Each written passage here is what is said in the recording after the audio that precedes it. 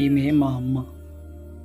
నన్ను కన్నప్పుడు ఎంత పురిటి నొప్పులు పడిందో తెలియదు, కానీ ఈ జన్మాంతం ఆమెకు రుణపడి ఉంటా. తన బాగోగులు చూసుకోవడం ఈ జన్మకు నేను తనకిచ్చే రుణం. తను తినకుండా నాకు తినిపించిన, తన కడుపు నింపుకున్న రోజులెన్నో.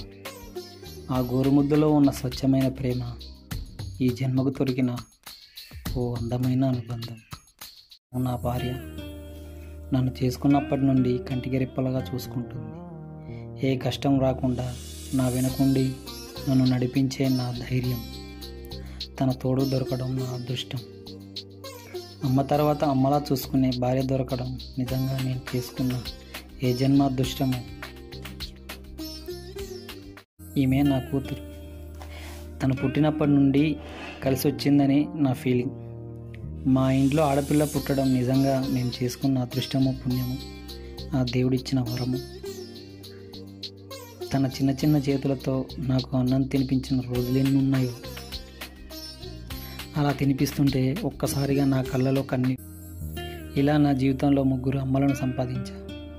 ఇంకేం కావాలి నాకు ఈ జన్మకి? వాళ్ళ రుణం తీర్చుకోలేనేమో.